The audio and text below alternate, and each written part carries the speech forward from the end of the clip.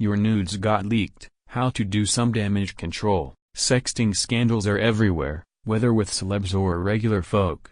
So what do you do when a jerk makes your private photos a public display? It seems like a new celebrity sexting scandal pops up once a month or so, with racy photos being leaked all over the internet.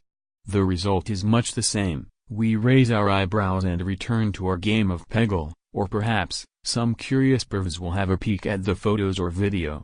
As a society, we seem to shrug off these unfortunate celebrity nude scandals as something crazy or self-indulgent happening in Hollywood.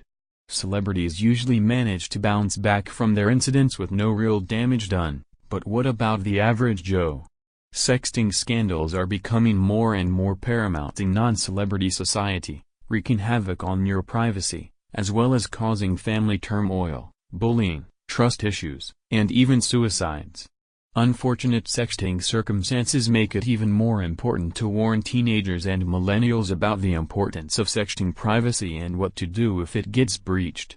If your nudes have been leaked by a disgusting hacker or a douchebag ex, then your life is probably feeling pretty topsy-turvy right now, but don't despair. You can rise above anything and come out stronger in the end.